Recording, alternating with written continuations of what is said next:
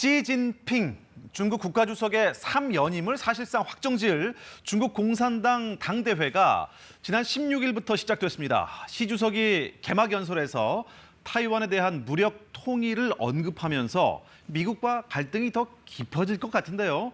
안 그래도 반도체를 둘러싸고 두 나라가 좀 빚고 있는 갈등은 우리 경제에도 영향을 분명히 미치겠죠. 글로벌리티 홍석우 기자와 함께 이야기 나눠보겠습니다. 홍석우 기자, 안녕하십니까? 네, 안녕하세요. 네, 타이완 해협에서 최근 긴장이 계속 고조되고 있는데 이번에 시 주석이 한 발언 정확히 어떤 뉘앙스였습니까? 네, 일단 매우 강한 어조였어요. 타이완 통일을 반드시 실현할 것이고 또 실현될 것이다 밝혔고요. 이 과정에서 무력 사용도 배제하지 않을 것임을 분명히 밝혔습니다. 직접 들어보시죠. 尽最大努力争取和平统一的前景，但绝不承诺放弃使用武力。 야, 그러면 여차하면 타이완을 무력으로 침공할 수도 있다. 이런 내용입니까? 네, 이런 입장은 기존 중국의 큰 틀에서 보면은 입장은 비슷해요. 그런데 발언 시기와 겨냥하고 있는 상대를 주목해 볼 필요가 있습니다. 시 주석이 사실상 자신의 3년 3기를 여는 당대회에서 타이완 무력 통일을 직접 언급했다는 게 중요한데요. 이 같은 강경 발언은 일단 미국을 겨냥한 것이라는 해석입니다. 중국은 지난 8월 낸시 펠로시 미국 하원 의장의 타이완 방문 이후 타이완 해협 중간선을 넘나들며 강도 높은 무력 시위를 벌여왔죠. 이번 연설에서도 시 주석은 무력 사용 대상이 외부 세력과 타이완 분리 독립을 지지하는 세력이라고 못 박았습니다. 미국과 타이완 집권 민진당을 향한 경고로 읽히는 대목입니다. 그러면 앞으로 예상되는 이를테면 시나리오가 있을까요? 네, 그동안 타이완 침공설은 끊이지 않았는데요. 이 구체적인 시나리오를 한번 볼게요.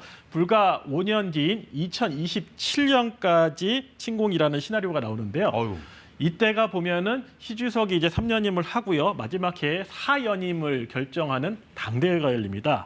20차 당대회 개방 연설에서 타이완 무력 통일을 언급한 날 시 주석은 앞으로 5년이 사회주의 강국으로 가는 매우 중요한 시기라며 군의 현대화도 강조했습니다.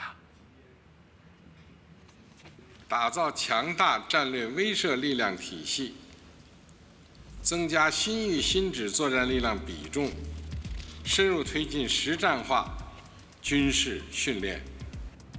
예, 빨간색으로 표기했죠. 주목할 만한 단어, 바로 전략적 억지력입니다. 지금 여러 해석이 나오는데요.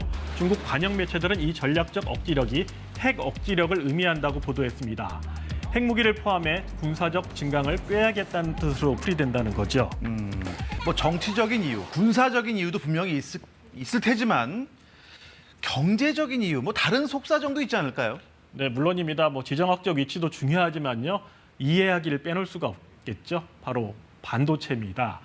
삼성전자마저도 올 3분기 반도체 1위 자리를 TSMC에 내줄 정도로 타이완의 반도체 산업 성장세는 대단합니다. 중국은 특히 타이완 반도체에 대한 수입 의존도가 높은데요. 문제는 이런 상황에서 미국이 중국을 배제하는 칩포 동맹에 이어 첨단 반도체 장비의 대중국 수출까지 통제하기 시작했다는 점입니다. 중국 입장에서는 미래 산업의 핵심인 반도체를 못 쓰게 된다. 그렇다면 경제 안보에 대한 중대한 위협으로 받아들일 수밖에 없는 것이죠. 중국이 타이완을 침공하게 되면 TSMC부터 접수할 거란 관측이 나올 정도입니다. 중국과 미국 하면 어떻게 보면은 이 전 세계의 가장 큰 고래들 아니겠습니까? 이 고래 사이에 있으면 분명히 새우등이 터진단 말이죠. 우리나라 경제에도 분명히 영향을 미치겠죠. 네, 고래 싸움이 시작했으니까 중국 입장을 한번 예상을 해보면 한국에 대한 중국의 요구나 기대범위 앞으로 더 커질 것으로 예상이 되고 있습니다. 네. 중국은 이미 칩포 동맹에 한국이 적극 동참하지 않기를 바라고 있어요. 지난달 칩포 예비회의가 있었는데 일단 우리나라도 참여를 했습니다.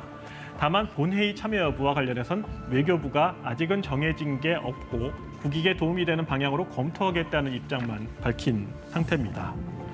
시진핑 주석이 어떻게 보면 헌법까지 바꿔가면서 사상 초유의 3연임까지 했어요. 앞으로 4연임까지도 바라보고 있는데 이 외신들은 어떤 입장입니까? 이 3년임 나서면서 업적을 얘기할 수밖에 없겠죠. 이번 당대회에서 시 주석이 지난 10년간의 성과로 빈곤 탈출, 그리고 코로나의 강력한 통제, 그리고 경제 발전 등 눈부신 성과를 강조했습니다. 그런데 외신 평가는 좀 달라요. 뭐 이 기간 중국 경제가 오히려 어려워졌다 네. 얘기 나옵니다. 뭐 최근에 부동산 미분양이라든지 뭐 성장률 나쁘다는 얘기는 많이 나왔으니까요. 젊은이들 얘기를 한번 해볼게요. 젊은이들 사이에서 바이란이라는 게 유행처럼 퍼지고 있다는데 이 뜻이 좋지 않은 상황에서 모든 걸 체념하고 포기해버리는 태도를 말한다고 합니다. 뭐 이를테면 취업도 못하는데 졸업은 해서 뭐하나 이렇게 신세를 한탄하거나 무기력감에 빠진 모습 등을 SNS에 올리고 있는 것이죠. 코로나 팬데믹 이후 치솟은 집값과 생활비, 지나칠 만큼 강력한 방역 정책으로 인한 잦은 봉쇄 등 이런 상황에 무력감을 느끼게 된 젊은이들이 바이란까지 만들어내게 됐다는 분석입니다. 실제로 중국의 청년 실업률은 사상 최고치인 20%에 이르고 있습니다. 我现在我这个简历我都投了有几百份了，然后但是让我去面试的就只有十几个、十几20个，这也是一个问题。有时候薪资也谈飞了。 네, 이처럼 대내적으로 어려운 경제 상황에도 불구하고 시 주석은 마오쩌둥 이후 처음으로 인민 영수라는 칭호를 얻을 가능성이 큽니다. 이른바 시진핑 원톱 체제는 앞으로도 더욱 강화될 것으로 보입니다. 시진핑 원톱이요. 그래서 이번 당대회를 놓고 시황제 등극이다, 대관식이다는 표현들이 나오고 있습니다. 잘 들었습니다. 홍석호 기자, 고맙습니다.